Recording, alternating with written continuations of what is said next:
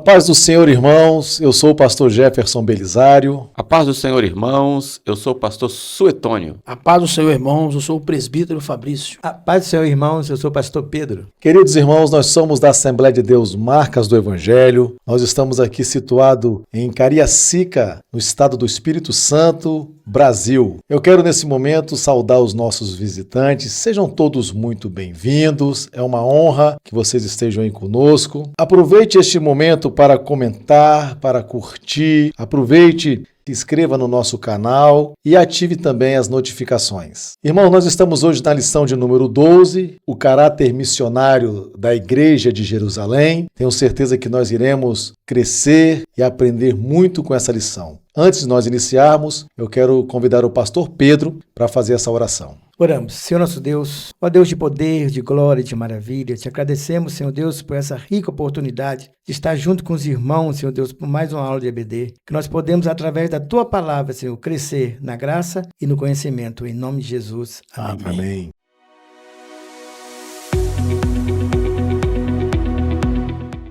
A paz do Senhor, irmãos, eu sou André. A paz do Senhor, irmãos, eu sou a irmã Vanessa. E nós vamos agora com a nossa leitura bíblica. O texto áureo que encontra em Atos capítulo 11, verso 20, que fala: E havia entre eles alguns varões de Chipre e de Cirene, os quais, entrando em Antioquia, falaram aos gregos, anunciando o Senhor Jesus. E a verdade prática faz parte da missão da igreja, a evangelização de povos não alcançados. Amém. E o texto bíblico se encontra em Atos capítulo 11, versículo 19 ao 30. E os que foram dispersos pela perseguição que sucedeu por causa de Estevão, caminharam até a Fenícia, Chipre e Antioquia, não anunciando a ninguém a palavra, senão somente aos judeus. E havia entre eles alguns varões de Chipre e de Cirene, os quais, entrando em Antioquia, falaram aos gregos anunciando o Senhor Jesus. E a mão do Senhor era com eles, e grande número creu e se converteu ao Senhor. E chegou a fama dessas coisas aos ouvidos da igreja que estava em Jerusalém, e enviaram Barnabé até Antioquia, o qual, quando chegou e viu a graça de Deus, se alegrou e exortou a todos a que, com firmeza de coração,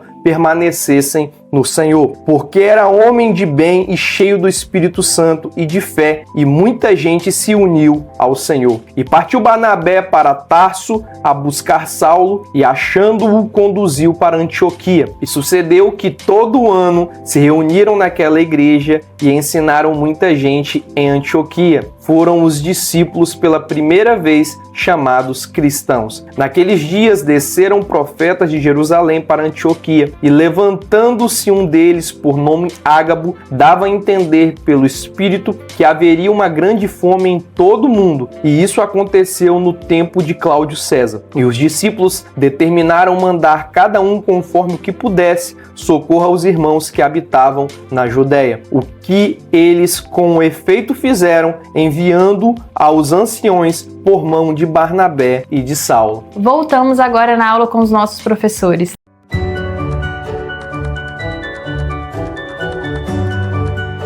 Primeira coisa importante que nós precisamos saber nesta lição é que o Senhor, ele é o centro e tudo deve ser guiado pelo Espírito Santo. O Evangelho na igreja primitiva era centrada em Jesus e Jesus crucificado e ressuscitado. E suas ações eram movidas diretamente pelo poder do Espírito Santo. Uma outra coisa também muito importante era a vivência comunitária, como eles supriam as necessidades uns dos outros, nisso testemunhando o amor de Jesus. Uma outra coisa também fundamental na nossa lição era a evangelização corajosa e contextual, ou seja, eles anunciavam a mensagem tanto aos judeus quanto aos gentios e fazendo uma adaptação cultural sem perder a essência do evangelho. E também a capacidade de multiplicação no envio, ou seja, apesar da perseguição que a igreja vinha sofrendo, ela espalhou-se, mas ela espalhou-se com poder, alcançando então Samaria, Antioquia, até o mundo romano. Nós vamos ver também, amados irmãos,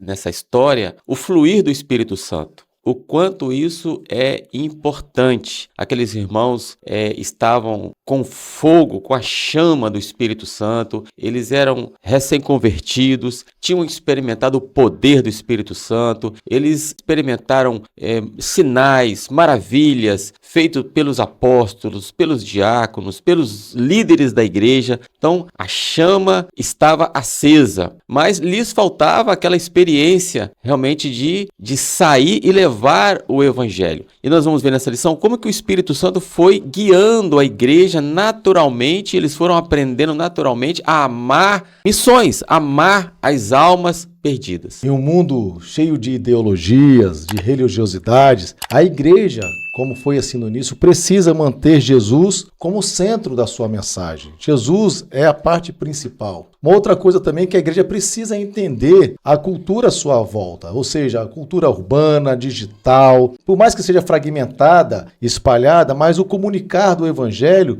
tem que ser uma linguagem acessível, ou seja, mesmo assim sem perder o poder, sem perder a veracidade, a sua verdade na ação do Espírito Santo. Então, ser igreja não é apenas reunir-se, estarem juntos num só local, mas viver em missões, ou seja, você faz missão no seu bairro, você faz missão no seu trabalho, você faz missão nas redes sociais, você faz missão servindo ao próximo. Isso é fazer missão, isso é cumprir o ID de Jesus. Como em Jerusalém, a igreja de hoje deve então investir nisso, capacitando pessoas para que possa então abranger as missões e assim alcançar outros povos. Meus amados irmãos, o tópico 1 da lição diz uma igreja com consciência missionária. E essa consciência missionária, ela fluiu na direção do Espírito Santo. O nosso texto do capítulo 11 de Atos dos Apóstolos, ele faz um paralelo com o capítulo 8, versículos de 1 a 4, quando a igreja então começou a sofrer uma grande perseguição. Tudo estava acontecendo ali em Jerusalém. Tudo acontecia somente ali. Então a igreja estava ali se estruturando na doutrina e na liderança dos santos apóstolos. Mas sofreram uma grande perseguição, de prisão mesmo. E a igreja então se espalhou por toda a Judéia. Os irmãos, ao serem perseguidos, eles não abriram mão da sua fé, da sua experiência com Jesus Cristo e foram anunciando o evangelho e a igreja foi se expandindo. Nós vamos ver em seguida que houve uma coisa interessante, que esses irmãos, eles estavam focados nos judeus. Eles estavam levando o evangelho de Jesus somente para os judeus, ou seja, eles estavam buscando convencer os judeus de que Jesus era o Cristo. Irmãos, e depois da morte de Estevão, houve uma grande perseguição, principalmente Saulo estava pressionando os cristãos mesmo, começou a perseguir, e isso foi tipo uma diáspora, que eles realmente saíram ali de Jerusalém e foram para muito longe, além das fronteiras de Israel. Exatamente, pastor Pedro. O interessante é que nós vamos ver aqui nesse versículo 20 do capítulo 11, mas havia entre eles alguns que tinham vindo de Chipre, de Cirene, os quais entrando em Antioquia, falaram também aos gregos,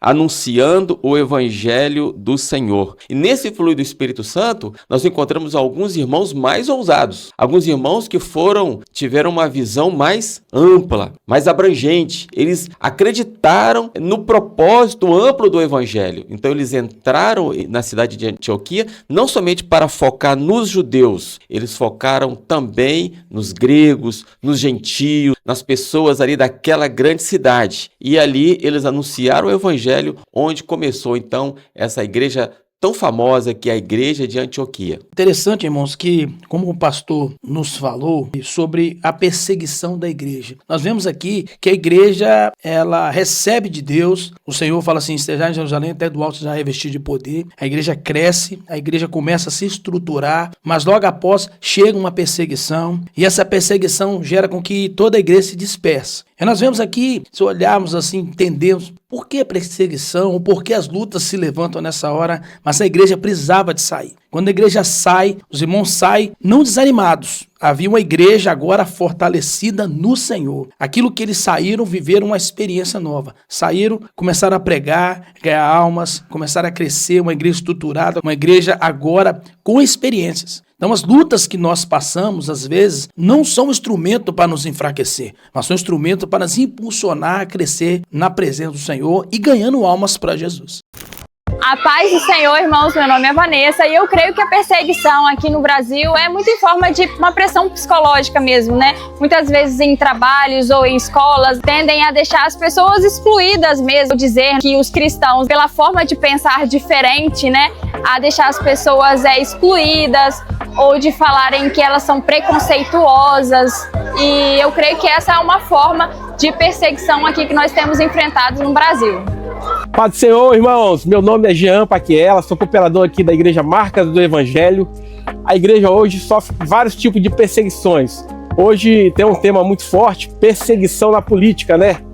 Com os decretos de lei proibindo a abertura de templos em locais, às vezes dificultando a abertura de templos em locais que às vezes eles não querem que abra o templo.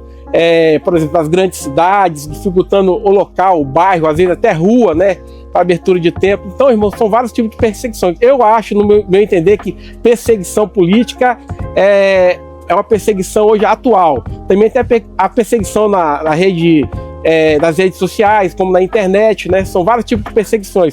Eu acho que o tema mais atual hoje é perseguição na política. A paz do Senhor, meus irmãos, eu sou o pastor Evander.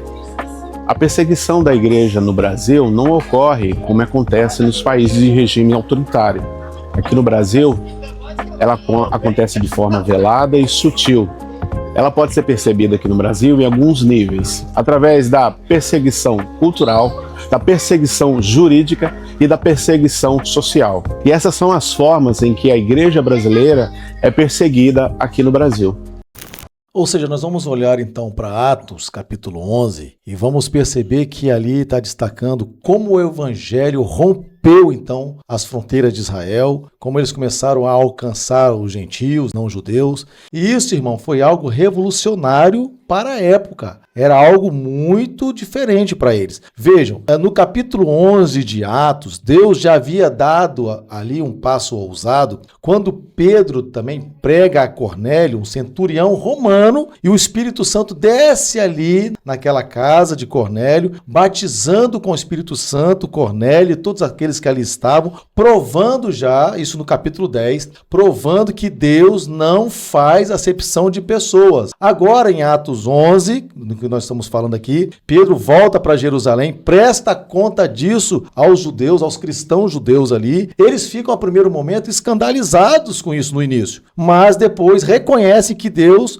concedeu também arrependimento aos gentios. Aí então nessa perseguição eles vão sair de Jerusalém e vão então partir para os confins da terra, como foi a ordem de Jesus. Os judeus tinham já séculos de separação cultural dos gentios. Eles não se misturavam. Mesmo morando em outros países, sempre se conservavam juntos e não se misturavam. Mas Deus mostrou que o evangelho ele é universal, não limitando a um grupo étnico, ou de cultura ou de religião. Contextualizando isso, ainda existe hoje, assim, muros, vamos dizer, muros modernos, ou seja, no social, racial, político e religioso. Mas o evangelho continua a ser uma mensagem, irmãos, para todos, ou seja, para pobres, para ricos, para conservadores, para progressistas, para marginalizados, líderes ou não, todas as pessoas precisam ser alcançadas pelo evangelho de Jesus. A igreja não pode apenas pregar para os de dentro. A igreja não pode ficar apenas para os que se parecem conosco. Não, o evangelho é para todos, inclusive para quem rejeitamos ou julgamos ser pessoas difíceis de serem convertidas. Mas Deus é aquele que convence do pecado, da justiça e do juízo. O Espírito Santo faz essa obra. Então nós precisamos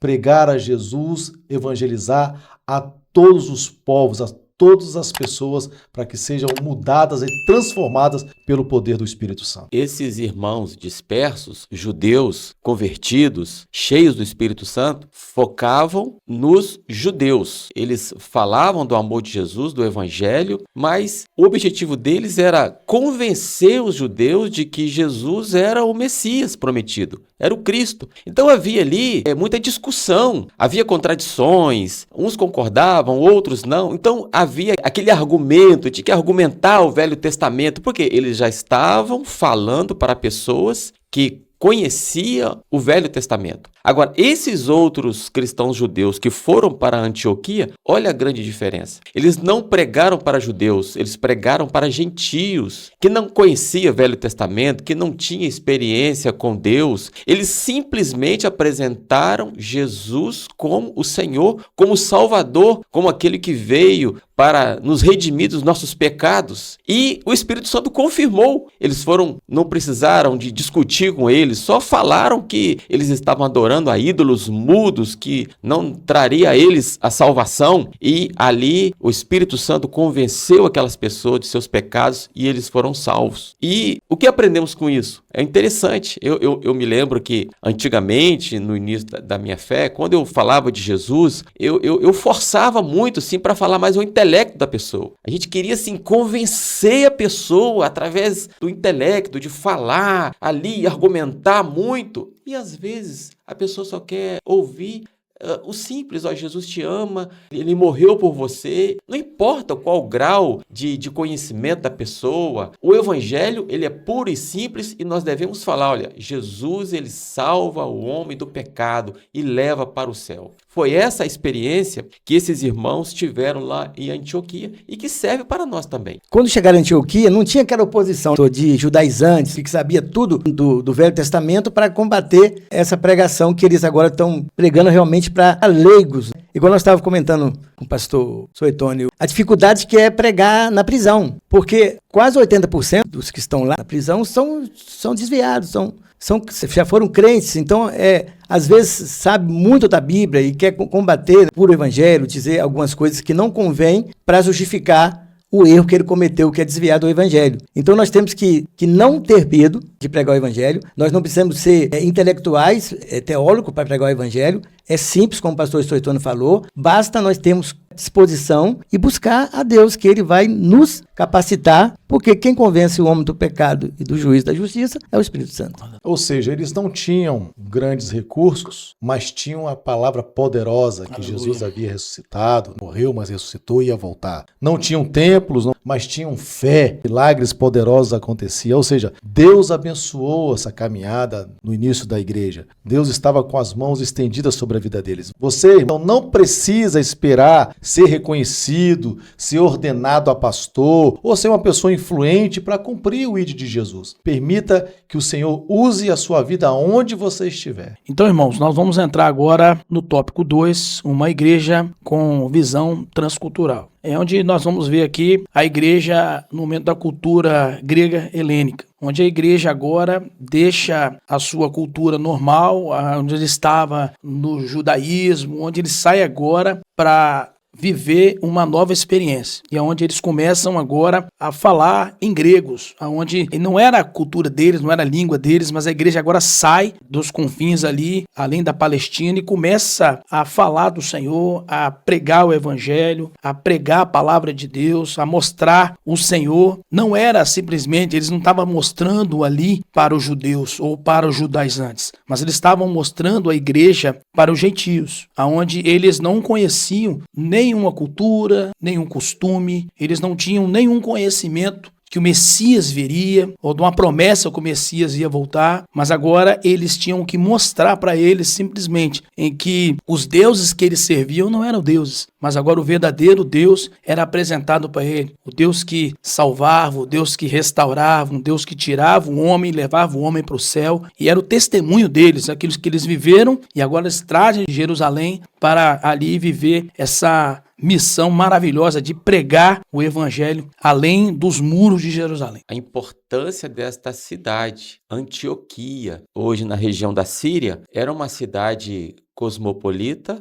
uma cidade grande, moderna, influente, importante no Império Romano. Então, esses irmãos judeus chegaram ali, fundaram essa igreja. Como o texto nos revela, a igreja se tornou uma igreja forte. E nós vamos ver depois na história como que essa igreja de Antioquia depois recebeu o apoio dos apóstolos de Jerusalém foi enviado para essa igreja mais para frente. Barnabé e depois Saulo também chegou nessa igreja, e essa igreja então demonstrou uma potência. Essa igreja foi a base missionária do apóstolo Paulo, que levou o evangelho para todo o mundo da época. Então veja, irmãos, Antioquia era uma cidade, então, plural, influente, cheia de diversidade cultural. Exatamente como as cidades de hoje, como São Paulo, Nova York, Londres, exatamente assim. E foi ali que o evangelho deu um salto além da cultura judaica. Ou seja, as grandes cidades hoje continuam sendo centros estratégicos para o evangelho. Onde há diversidades,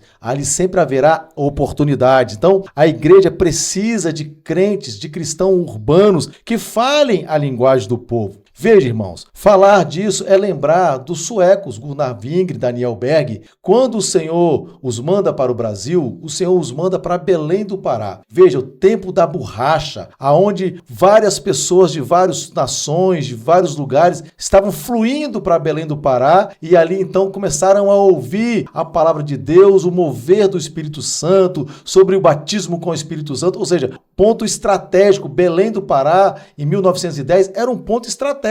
Era um lugar de muito movimento. Então Deus usa esses dois suecos, missionários, pioneiros da Assembleia de Deus, para divulgar ali a mensagem poderosa do Espírito Santo. Veja, é assim também como, por exemplo, na nossa igreja, nós temos aqui uma avenida, a Avenida Espírito Garcia, onde flui muitas pessoas no final de semana, principalmente. Então a igreja desce para fazer evangelismo urbano, missões urbanas, para evangelizar na rua, alcançando milhares de pessoas, que é um lugar onde passa muitas, milhares de pessoas. Então, pontos estratégicos, assim como foi Antioquia. Deus continua usando os teus servos com pontos estratégicos, com lugares estratégicos, cidades estratégicas, para evangelizar, para alcançar vidas preciosas para o seu reino.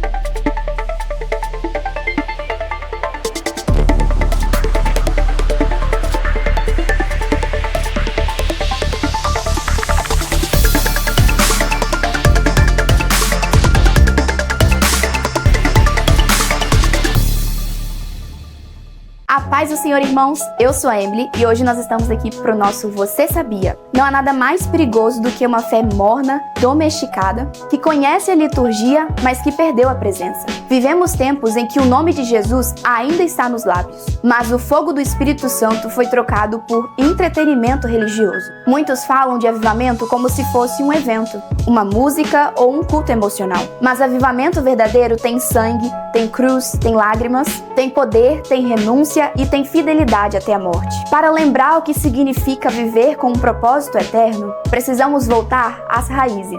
Não às raízes denominacionais, mas às raízes da fé pura. A chama que incendiou essa nação no início do século XX. Uma chama que brotou no Pará e ecoou pelos confins do Brasil. E é ali que começa essa história. O cenário era de selva, perseguição e fogo. No ano de 1913, no Pará, o Brasil era um território espiritual árido. Entre o catolicismo dominante e o protestantismo ritualista, surgem Daniel Berg e Gunnar Wingren, missionários sem fama e sem estrutura, mas cheios do Espírito Santo. Em aldeias esquecidas, pessoas eram transformadas, curadas e batizadas com o Espírito Santo e com fogo. Não havia templos, microfones ou mídia. Havia lágrimas, perseguições, prisões e poder real. Enquanto igrejas os acusavam e os jornais mentiam sobre eles, o céu se manifestava e eles não pararam.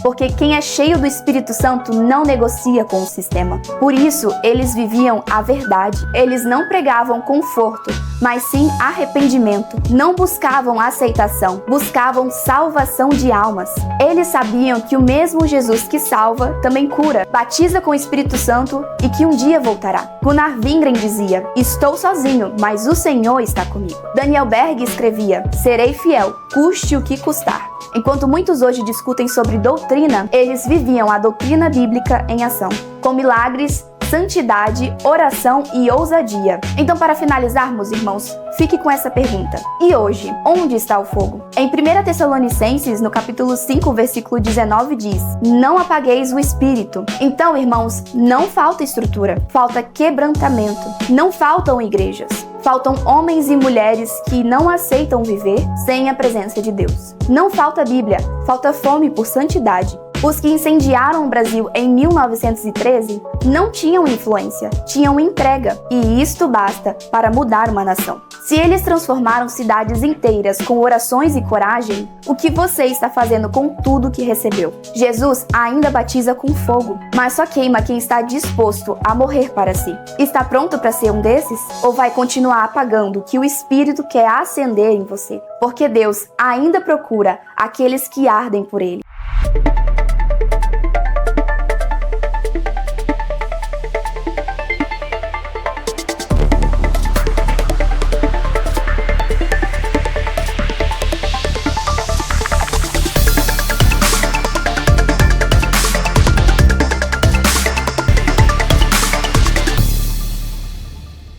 Também, irmãos, além das grandes cidades, que são pontos estratégicos, existem também cidades no interior. Os irmãos, eles foram, na época, para toda a Judéia, para as aldeias, foi para Antioquia, uma grande cidade, mas foram também para as aldeias pequenas. E eu me lembro, quando, alguns anos atrás, eu conheci uma igreja no interior do estado, um lugar, assim, bem interior. E havia um templo em um local que havia muitas plantações. Esse templo, assim, comportava umas 300 pessoas. Só que não havia nenhuma casa ao redor. Não havia casa, só havia aquele templo. Quando eu cheguei pela primeira vez, eu perguntei ao pastor, mas como assim? Vem gente aqui? Não tem ninguém aqui na redondeza? Não estou vendo casa, não estou vendo ninguém? O pastor falou comigo, espera que daqui você vai ver à noite o que vai acontecer. E quando anoiteceu, irmãos, não tinha nada ao redor. Quando anoiteceu, começou a chegar charrete, cavalo, ônibus cheio de pessoas, bicicleta, caçamba, caminhão, e os irmãos foram afluindo para aquele templo. E que simplicidade, pastores, e que graça, que alegria, e foi uma festa naquele lugar. O evangelho de Jesus fluiu numa cidade do interior, na roça mesmo, estava ali cheio de irmãos, de cristãos fiéis a Jesus Cristo. Irmãos, a experiência que eu tive foi no sertão nordestino, que nós fomos numa inauguração de uma igreja lá base, e eu falei, cadê a casa? Não tinha ninguém, né? Estava numa rua, mas falei, cadê o povo? Então, eles, nas comunidades, eles se juntam mais ou menos nos finais de semanas para louvar o Senhor em comunidade. Então, a maioria das casas, nós visitamos, os cultos eram nos lares, que era muito longe da cidade, os cultos eram nos lares, e no domingo eles se reuniam ali na igreja sede, ali na cidadezinha do interior. Então, irmãos, nós vemos que mesmo nas grandes cidades, no interior, na maior, às vezes, cidades que nós encontramos, nas metrópoles, ou no lugar mais simples, como o pastor nos citou, no interior, na igrejinha, na simplicidade, Deus é presente. Deus, Ele é fiel à sua igreja, e a sua igreja que busca Ele vai achá-lo. Então nós vemos o chamado da igreja para pregar o evangelho em todas as partes, não importa onde nós estamos. Às vezes as adversidades que nos cercam não são instrumento para nos enfraquecer, mas para nós anunciarmos o evangelho. Às vezes o Senhor permitiu que você esteja ali para pregar o evangelho, para falar do Senhor, para levar uma palavra de salvação. Há tantas pessoas nessa hora que precisam ouvir uma palavra, que precisam ouvir que Jesus te ama, precisam ouvir que tem esperança para você, ainda há esperança. Então a igreja, nós como igreja de Cristo, temos essa função de pregar esse evangelho de Deus. Então, irmãos, nós vamos para o terceiro ponto, uma igreja que forma discípulos. Quando os apóstolos em Jerusalém receberam a notícia de Antioquia, eles receberam como uma pergunta: como pode o evangelho chegar a Antioquia, uma cidade tão importante da Síria, e dentro da jurisdição de Roma? Através de nós, Jerusalém, chegou a igreja além das fronteiras de Israel. Então os apóstolos ficaram realmente atônicos dessa notícia que chegou, que o evangelho chegou em Antioquia. Então eles mandam um discipulador, Barnabé, para Antioquia. E Barnabé, então, chegando ali em Antioquia, e realmente ele confirma que era uma igreja viva e cheia da graça de Deus, mas tinha um probleminha, eles não tinham conhecimento. Então, ou seja, o que eles precisavam? precisavam de ser discipulados. E Barnabé, então, tinha essa missão de discipular Antioquia, então ele vai buscar nada mais, nada menos de quem? Lá em Tarso. Ele vai chamar Saulo, porque Barnabé foi um dos responsáveis pelo discipulado de Saulo. Então, Saulo vem para Antioquia como Saulo. Só no capítulo 13, a partir do capítulo 13, o autor do livro de Atos, Lucas, vai dando mais ênfase ao nome Paulo. Então, ficou ali um ano, se passou, Paulo, Barnabé, a igreja de Antioquia realmente ficou maravilhado com a pregação de Paulo. E, irmãos, no contexto da igreja, não é só ganhar almas. Não é só ganhar almas. Tem que levar um ensinamento, porque sem o ensinamento não há crescimento na graça e no conhecimento. E o crescimento só é crescimento quando ele é através do evangelismo e do discipulado. John Wesley, ele já diz que a conversão, ele tira o homem do mundo, mas só através do discipulado que leva à santidade, e a santidade tira o mundo do homem. Então, só através do discipulado que nós somos santificados, purificados constantemente. O que é ser santificado? Ser mais próximo de Jesus, ser mais parecido de Jesus. E nós vemos aqui neste texto como que Barnabé foi um homem visionário. E nós vemos também o cuidado do Espírito Santo com a sua igreja. Aqueles irmãos fervorosos, cheios da graça, eles não podiam ficar como estavam. Eles precisavam, como o pastor Pedro disse, de base, de aprofundamento bíblico. Quando Barnabé chega à igreja, então ele identificou isso, foi a Tarso, trouxe Paulo, e nós sabemos que Paulo ele foi um homem criado aos pés de Gamaliel, era um homem que conhecia profundamente a palavra de Deus. Então ele começou a instruir aquela igreja, falar sobre os patriarcas, falar sobre os profetas, sobre o Velho Testamento. Aí sim mostrar que Jesus era prometido desde o Velho Testamento para todo o mundo. Então, por isso aquela igreja se tornou uma igreja vibrante. Então foi uma igreja cheia do Espírito Santo, cheia da graça, de experiência, mas também havia ali homens preparados que instruíram aquela igreja. E foi então uma igreja estruturada em todas as áreas. Essa igreja, ela tinha o seu diferencial. Quando Barnabé traz e vem para ali para discipular, para ensinar, que Saulo vem junto, e nós vamos ver como a igreja cresce com estrutura. Tanto que, como o pastor citou, é uma igreja que vai ser o ponto principal de partida para Paulo para pregar em todo o restante do mundo onde a igreja vai ser pregada. Atos capítulo 11, o versículo 26, especificamente, sucedeu que todo um ano se reuniram naquela igreja e ensinaram muita gente. Ou seja, a gente vê ele claramente, perfeitamente, na prática, uma base de discipulado cristão. Exatamente o que os irmãos estão falando aqui. Ou seja, uma igreja formada por crentes leigos, convertidos ali, gregos convertidos, mas foi uma das primeiras comunidades cristãs discipuladas de forma intencional e de forma saudável, porque foi para ali Barnabé e Saulo, duas pessoas capacitadas, conduzidas pelo Espírito Santo para poder ir ali ajudar e então formar ali crentes firmes na palavra do Senhor. Então veja, irmão, discipuladores não precisam ser pessoas perfeitas, mas vemos aqui que precisa ser pessoas cheias do Espírito Santo, que era Barnabé e Saulo, sensíveis a Deus, comprometidas com as pessoas, ou seja, irmãos, discipular sem a espiritualidade, sem o poder do Espírito Santo, é coach. É importante discipular as pessoas com a vida cheia do Espírito Santo para que gere transformação. Então foi isso que aconteceu ali naquela cidade, através da vida de Saulo, de Barnabé, igreja saudável, discipula em comunidade, com irmãos diferentes, contribuindo na vida uns dos outros. Um ensina, outro aconselha, outro executa, outro prega, outra pelo exemplo, mas a igreja do Senhor num todo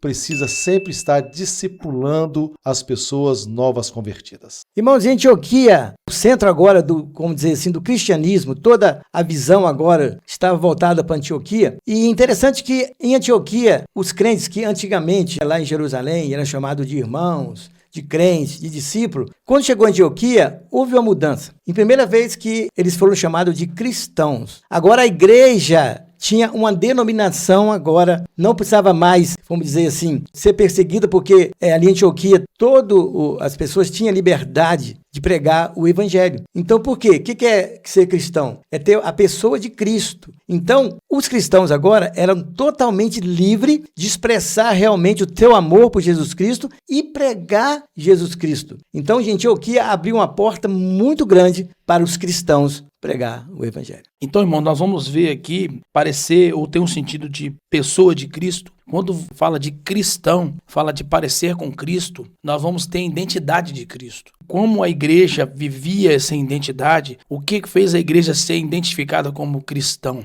Nós vimos aqui que a igreja testemunhava desse grande poder. Eles viviam, toda a Antioquia via homens diferentes, eram homens diferenciados, homens santos, homens que amavam a Deus acima de todas as coisas, homens que não estavam preocupados se ia ter alguma perda ou se havia alguma dificuldade que existiria. Eles rompiam as dificuldades, rompiam as lutas, mas eles amavam a Deus, testemunhavam do evangelho, testemunhavam de Cristo, eles pareciam com Cristo. O seu mestre era aquele que morreu e ressuscitou. Então agora eles sabiam que o Senhor tinha chamado, que morreria quando tombasse a carne aqui, o homem acordaria no céu, acordaria nos braços do Pai, e é isso que era pregado o evangelho. Por isso que a igreja, ela cresce como cristianismo, ela cresce como esse parecer com Cristo, amando a Deus e testemunhando de Cristo. Veja, irmãos, essa palavra, ela é carregada de significado, então, histórico, de significado espiritual e de significado missiológico. E a gente precisa compreender isso de forma, assim, bem clara, porque era um novo rótulo que eles estavam recebendo ali. E eles receberam esse novo nome, não que eles deram a si mesmo, como foi falado aqui. Foram de pessoas de fora, pessoas que não eram da comunidade cristã. Ou seja, não foi inventada por eles. Foram pessoas que passaram a chamar assim para identificá-los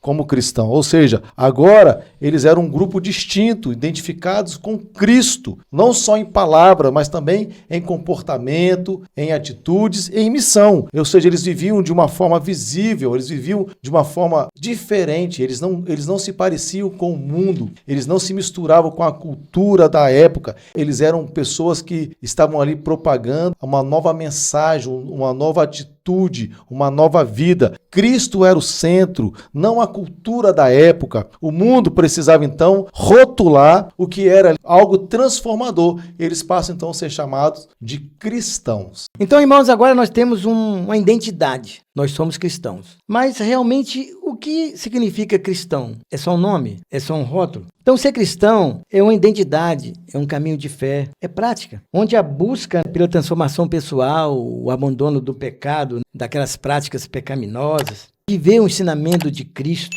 E isso faz nos receber um presente maravilhoso de Deus, que é a salvação. E a salvação é pela graça. É verdade. E essa identidade cristã, a população de Antioquia denominou aqueles irmãos, então, de cristãos. Então, isso se difundiu pelos séculos e nós entendemos hoje que é mais profundo do que a gente imagina quando a pessoa se denomina cristão. Então, não é simplesmente o fato, a minha família toda é cristã, eu nasci num lar cristão, eu tenho a denominação tal, eu pertenço à igreja tal, eu sou cristão. Então, nós vemos através aqui desse texto que esses irmãos de Antioquia, quando foram chamados de cristãos, eram pessoas convertidas, que se arrependeram dos seus pecados, transformadas. As pessoas de Antioquia viam algo muito especial nesses irmãos, nessas pessoas, que eles eram nova criatura, eles nasceram de novo, eles eram apaixonados por Jesus, eles obedeciam os mandamentos, os ensinos dos apóstolos. Por isso foram reconhecidos como seguidores de Jesus, cristãos.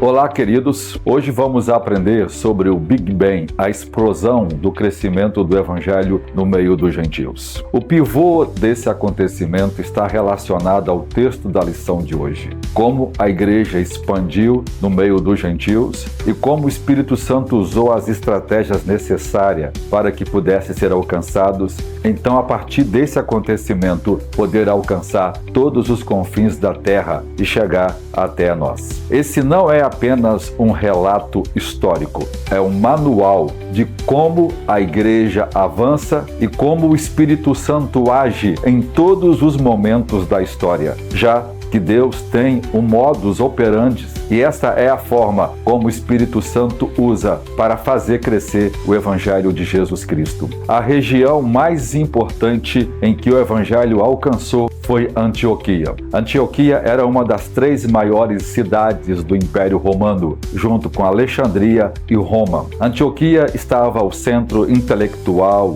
centro rico, centro do comércio, uma cidade cosmopolita. Antioquia era a metrópole pagã, com seus múltiplos deuses, com seus grandes templos, impressionante, com uma arquitetura extraordinária. Lá estavam os grandes centros de estudos acadêmicos do Império Romano e lá tinha gente do mundo inteiro por ser uma cidade altamente comercial. O texto começa a dizer que o Evangelho está sendo pregado aos gregos, aos helenistas, e veja, quem é que está pregando isto aos gregos? Primeiro, Lucas registra o trabalho missionário feito pelos grandes heróis da fé, pelos baluartes do cristianismo, como Pedro, como João, como Tiago, como Filipe, como Estevão. Agora o texto está usando pessoas anônimas. Então nós não temos aqui um trabalho feito pelos grandes heróis do cristianismo. Foi feito por homens anônimos de Chipre e de Cirene. Homens que nem sequer mencionamos, nem sequer sabemos quem foi que começou ali a pregação do Evangelho, mas o texto está mostrando para a gente que o mesmo Deus que operou usando gente mais destacada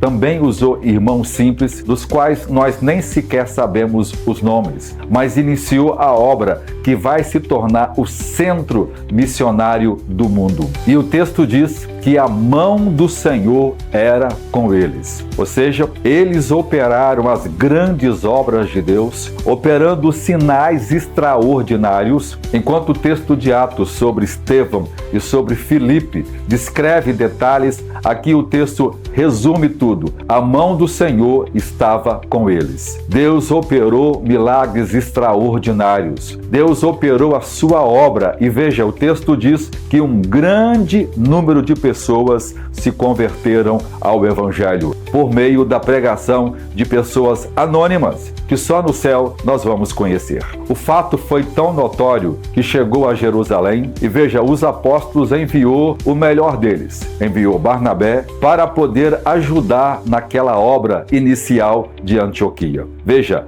a igreja não estava enviando uma pessoa com problema, uma pessoa com dificuldade. Enviou o melhor dos irmãos para poder ajudar e liderar a obra em Antioquia. Hoje as pessoas estão enviando para longe aquelas pessoas que elas não querem perto. E aqui está um princípio: a gente não deve enviar para longe aqueles que não são uma bênção perto. Como Barnabé era um homem de bem, um homem cheio de fé e cheio do Espírito Santo, a igreja enviou alguém excelente para ajudar aquela obra que estava começando. E o texto diz que por causa da ação do Espírito Santo na vida de Barnabé, as pessoas foram muito abençoadas ali, porque Barnabé era profeta, então ele ajudou, ele animou os irmãos e os fortaleceu na fé. O texto diz que quando Barnabé chegou, ele viu a graça de Deus derramada ali. Que coisa linda! A natureza da operação do Espírito Santo era visível, era palpável.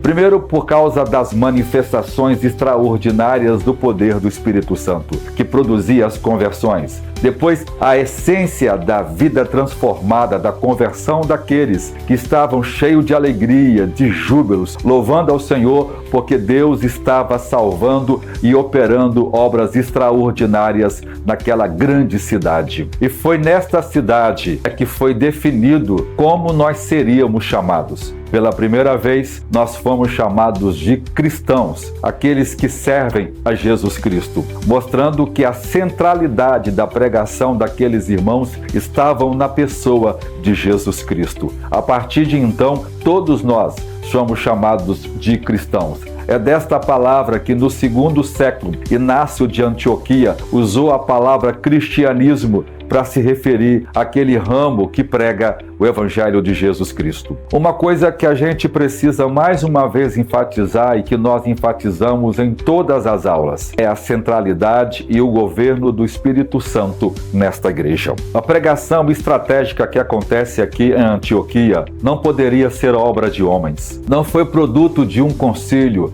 não foi produto de um programa anual ou de 10 ou 20 anos de crescimento de igreja. Não foi aplicação de método, não foi nada. Ninguém pensou, ninguém imaginou isso. Foi um direcionamento exclusivo do Espírito Santo. O Espírito Santo criou as circunstâncias para que o povo perseguido fossem dispersos e a proporção que fossem chegando aonde estavam, pregava o Evangelho. Veja, homens desconhecidos, anônimos, cheios do Espírito Santo, operaram esta obra, mostrando que quem conduziu a igreja para Antioquia foi o Espírito Santo. Quem transformou Antioquia no centro missionário do mundo foi o Espírito Santo. Vamos ver então aqui os princípios do modelo da missão de Antioquia. Primeiro, uma missão impulsionada pelos leigos. Não foram os apóstolos que começaram essa obra, foram pessoas desconhecidas e anônimas. Segundo, foi um ministério transcultural. A barreira mais terrível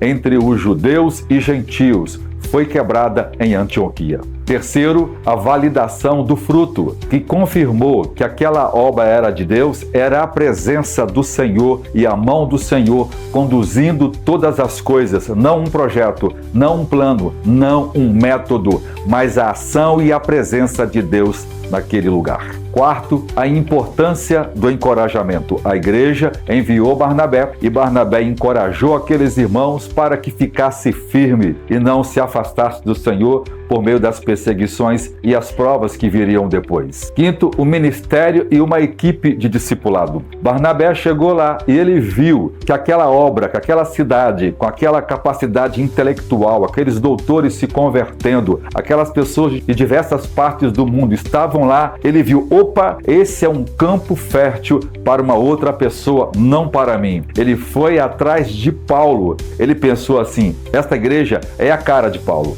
Então ele foi e procurou Paulo, que estava lá em Tarso, e trouxe Paulo, e ele, Paulo, então começou um trabalho de mais um ano, ensinando e ajudando os irmãos no trabalho de discipulado, ensinando os princípios da fé, ensinando as doutrinas, ensinando a palavra de Deus, para que aquela igreja fosse solidificada, de tal forma que aquela igreja se tornou o centro doutrinário da igreja por vários séculos, por causa do trabalho de discipulado de Barnabé e de Paulo. Em sexto lugar, é a conexão global que essa igreja tem. Ela não é uma igreja sozinha, ela está aliada às igrejas e ela está conectada com as necessidades da igreja em vários lugares. Esta igreja se converteu tanto que ela separa uma oferta para ajudar os irmãos pobres da Judeia, já que eles enviaram Barnabé e Barnabé buscou a Paulo para estar ali, então eles fazem uma oferta para ajudar os pobres de Jerusalém no tempo de muita escassez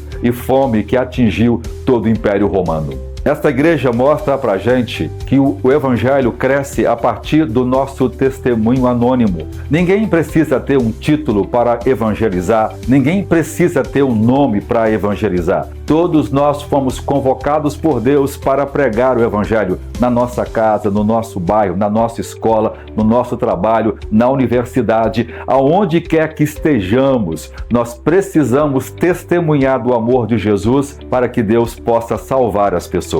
Outra coisa importante, será que nós estamos quebrando as barreiras e pregando o evangelho a todas as pessoas? Será que nós não estamos cometendo o erro de privilegiar a pregação do evangelho a um certo grupo em detrimento dos demais? Hoje é muito comum as pessoas pregar o evangelho a ricos e não a pobres, a certas classes e não a outras. Aqui esta igreja prega o evangelho a todos, para que todos possam ouvir o Evangelho. Em uma cidade em que tinha gente de todos os lugares e principalmente pessoas que viviam vendendo mercadorias, que eram artesãos e vendedor de porta em porta. Essas pessoas foram alcançadas e salvas por meio da pregação do Evangelho. Uma igreja que não fazia distinção da pregação e atingia todos os grupos. Todos ouviam a pregação de forma indistintas, porque o alvo era a salvação das pessoas, não simplesmente o crescimento da igreja e não simplesmente o crescimento de influência do Instagram da igreja ou a intenção de arrecadar mais com o volume de pessoas. Esta é uma igreja que já cresce aprendendo sobre o princípio da generosidade, do dar, de ofertar, de ajudar uns aos outros. A graça de Deus era visível. O Espírito Santo governava aquela igreja. Veja, nada do que foi feito foi tomado porque homens planejaram, porque homens pensaram. Tudo foi dirigido unicamente pela ação do Espírito Santo. Nós precisamos outra vez clamar a Deus para que o Espírito Santo pastoreie as nossas igrejas, para que Ele seja o bispo das nossas almas, para que Ele nos conduza, nos orienta, para que todos nós estejamos encaixados, cada um em seu ministério, atendendo seus pastores e fazendo uma obra poderosa para o crescimento do reino de Deus, para que possamos impactar essa sociedade. Esse texto também nos convida a uma profunda reflexão pessoal. Primeiro, minha perseguição, minha missão. Ou seja, que tipo de dificuldade Deus está nos empurrando? Que tipo de tribulação, de pressão? A palavra tilipes para perseguição que aqui aparece é literalmente a ideia de pressão. É pisar as uvas para que elas estourem. Ou seja, que tipo de pressão Deus vai precisar fazer a mim e a você para que nós possamos nos despertar para pregar? Que nós vamos precisar nos despertar para pregarmos o Evangelho. Segundo, o coração de Barnabé. Barnabé não ficou com inveja da obra que Deus havia iniciado ali e que ele não tinha iniciado. Barnabé não teve problema em chamar Paulo, que tinha uma capacidade maior do que a sua, e chamá-lo para tomar conta daquela igreja. Veja que coisa interessante. Ele estava ali com o coração disposto a servir. Não importa quem estivesse fazendo, não importa a quem estivesse sendo usado por Deus. Ele estava feliz e alegre e somava para ajudar o crescimento da obra. Ele não dividia a obra, ele não criava problemas para isso e nem crítica, porque estava ali para somar e ajudar na obra da evangelização. Terceiro, você é digno desse nome, cristão. Você vive à altura desse nome como um imitador de Cristo. Você obedece à grande comissão de Cristo de pregar o Evangelho a toda criatura. Você vive o caráter e a integridade que exige esse nome. Se as pessoas do seu lado fossem te dar um nome, será que ela te chamaria de cristão ou de outras coisas? Porque hoje esse nome, infelizmente, tem sido vulgarizado por causa do mau comportamento dos cristãos. Veja, foi esse nome que atraiu as pessoas à igreja. O fato das pessoas terem uma identidade, um comportamento que a identificasse com a pessoa de Jesus. Nosso maior poder é a nossa missão de imitar a Cristo, de falarmos no poder do Espírito Santo e sermos chamados de verdadeiros cristãos. A história de Antioquia é a história de que a igreja é imparável, de que ela pode crescer no poder do Espírito Santo. É um lembrete poderoso de que a igreja, na sua melhor forma, não é uma instituição estática, mas um organismo vivo, corajoso, generoso e sempre em expansão. A igreja está continuamente crescendo em qualidade e em quantidade. Esse é um chamado para que cada um de nós abandone o medo, o comodismo, o nominalismo e a vida nominal, para que nós possamos sermos cheios do Espírito Santo e fazer as obras de Deus outra vez. Eu e você somos chamados para ser missionários. Ou você é um missionário, ou você é um campo missionário que precisa ainda ser alcançado pelo Evangelho. Deus abençoe você.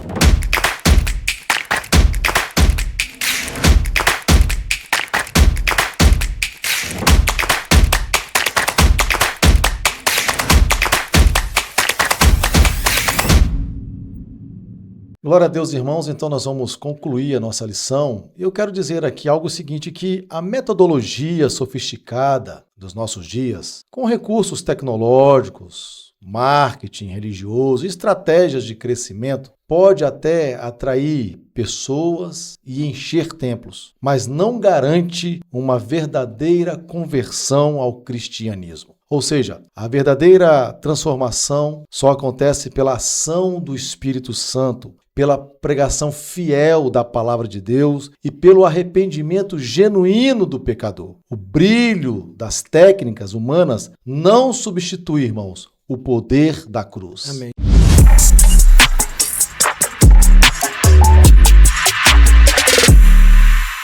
E agora chegamos ao momento muito especial dessa aula, o momento em que cada um de nós é convidado pelo Espírito Santo a contribuir no reino de Deus.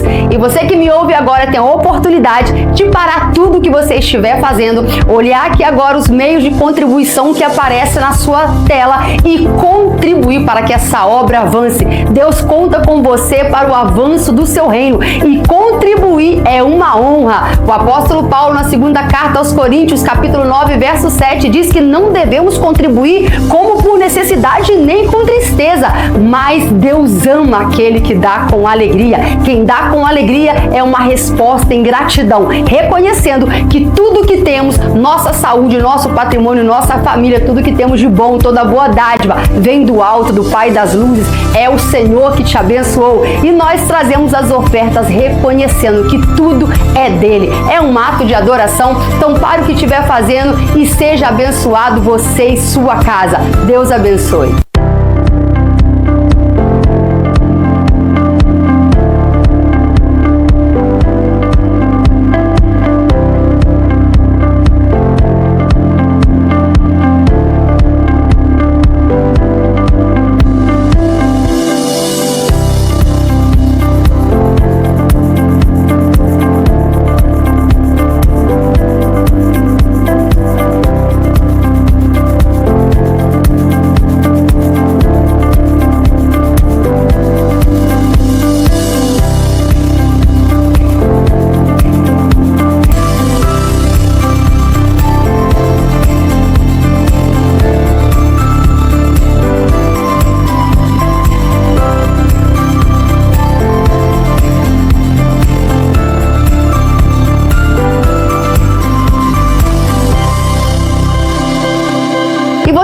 Ver nessas imagens as coisas maravilhosas, lindas que Deus tem feito em nosso meio. Quantas vidas sendo abençoadas por este espaço. E é pensando nisso que eu te convido agora para ter o privilégio de participar da nossa campanha dos 1000 valentes. Campanha onde 1000 pessoas motivadas pela fé serão desafiadas a contribuir de forma mais sistemática, parcelada, para que nós venhamos a adquirir esse espaço que você conheceu. E nós te convidamos a fazer um voto com o Senhor. Fale a Deus qual é a sua necessidade, aquilo que você tem buscado diante de Deus. Se comprometa, e eu tenho certeza que o nosso Deus é um Deus de milagre, Deus de resposta. Ele vai aceitar o seu desafio. E nós sabemos que a fé honra a Deus e Deus honra a fé. Faça parte desses 1000 valentes que terão seus nomes nos memoriais da fé, que contribuíram para que essa realidade acontecesse no nosso tempo e na nossa geração. Deus fará, nós não temos dúvida, mas que privilégio, hein? Se o meu nome e o seu constar nessa grande obra.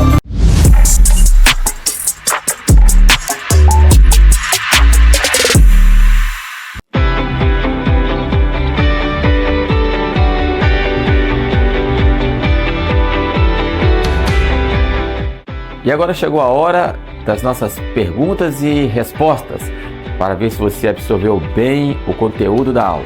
Primeira pergunta: como a igreja primitiva ultrapassou as fronteiras de Jerusalém? A. Redigindo cartas diplomáticas para convencer outras nações. B. Esperando que os povos estrangeiros viessem até eles. C.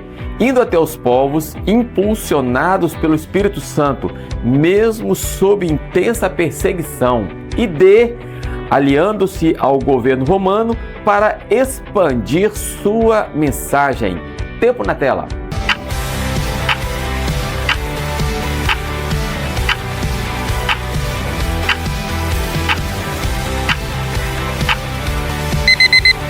E a resposta certa é a letra C. Indo até os povos, impulsionados pelo Espírito Santo, mesmo sob intensa perseguição. Segunda pergunta: de que forma os cristãos comuns participaram da evangelização? A. Pregavam com ousadia, cheios do Espírito Santo, mesmo sem cargos ou títulos. B. Ficaram apenas nos bastidores, sem voz na missão. C. Não pregavam, só ajudavam na parte organizacional da igreja. E D. Só começaram a evangelizar após receberem autoridade formal. Tempo na tela.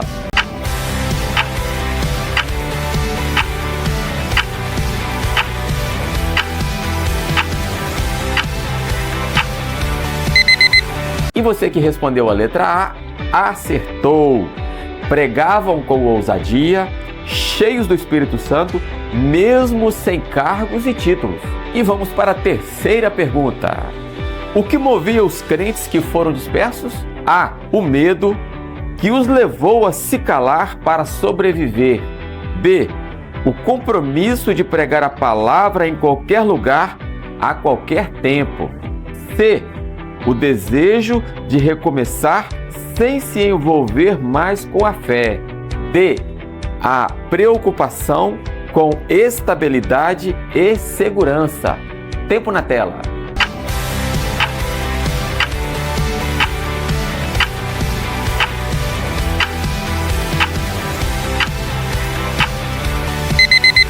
E a resposta certa é a letra B. O compromisso de pregar a palavra em qualquer lugar, a qualquer tempo.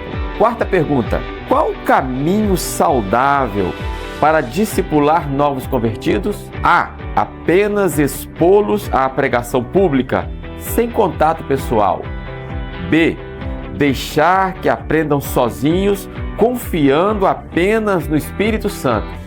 C. Acompanhá-los de perto com ensino bíblico, oração, amizade e integração na igreja. E D. Esperar que amadureçam para então serem discipulados. Tempo na tela.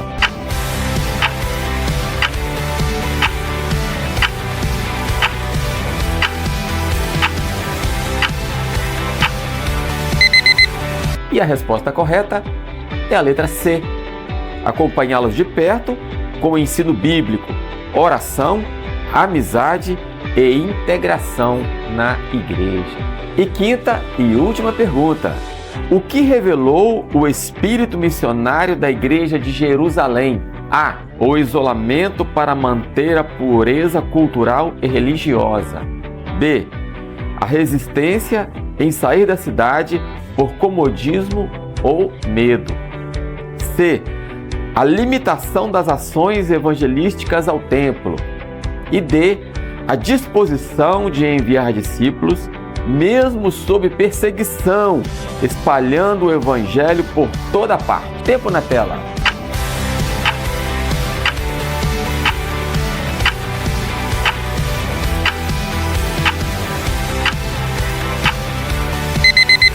E você que marcou a letra D, acertou. A disposição de enviar discípulos, mesmo sob perseguição, espalhando o evangelho por toda a parte. E esse foi o nosso momento de perguntas e respostas. Agora vamos voltar para a finalização da nossa aula.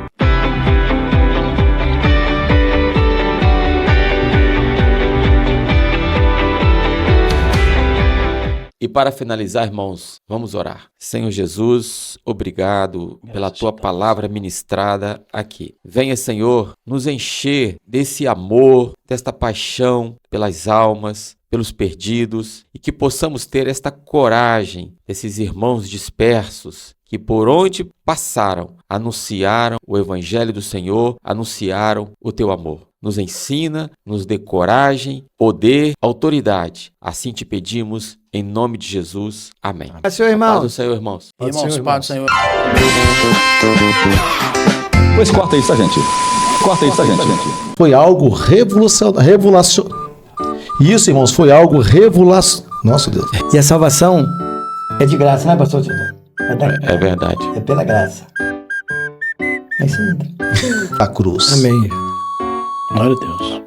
Não foi forte, hein? Foi forte. Eu nem tinha lido tudo, mas foi forte isso aqui. Poderoso, hein? Então, para finalizar, irmãos, vamos orar. Foi mal, pastor. Desculpa. Perdão. Pois corta isso, tá, gente? Corta isso, tá, gente?